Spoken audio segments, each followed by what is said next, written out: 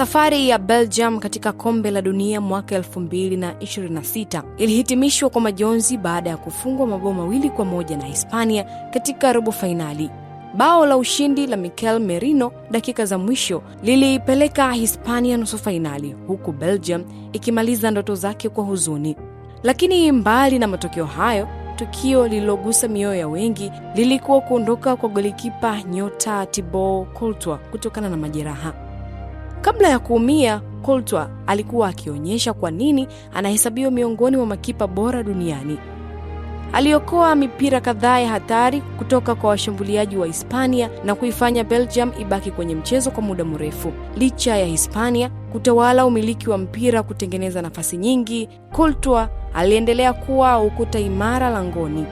Hata hivyo, kipindi cha pili kilibadilisha kila kitu.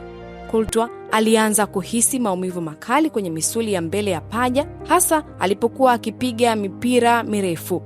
Ingawa aliendelea kucheza kwa dakika chache, hali yake ilianza kuwa mbaya na benchi la ufundi likaanza kuandaa mabadiliko.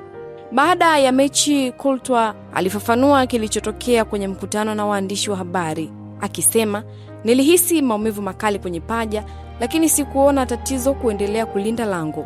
Maumivu yalikuwa zaidi wakati wa kupiga mipira mirefu. Mwishowe kocha aliamua kunitoa. Na hilo halikuwa tatizo kwangu kwa sababu timu iko juu ya kila kitu."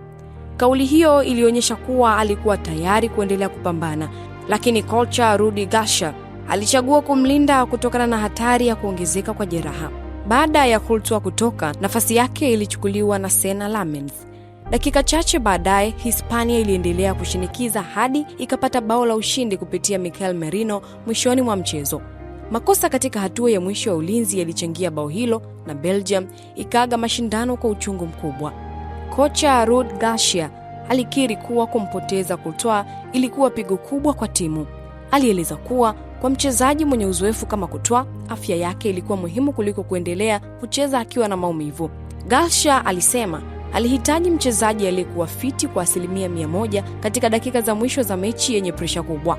Kuhusu suala la Courtois kupumzika kuchezea Belgium kwa takriban mwaka mmoja, hilo lilitokea kabla ya kurejea kwa Rudi Garcia mwaka 2024.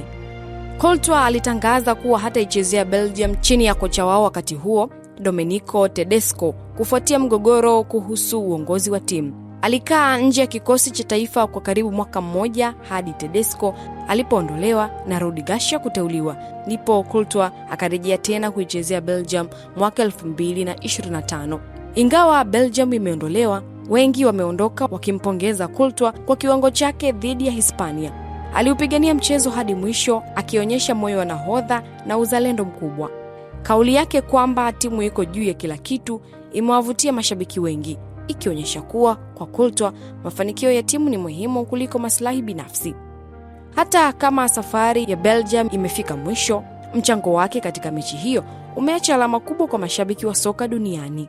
Hii ni IOTV Sports, mimi ni Gladness Joseph.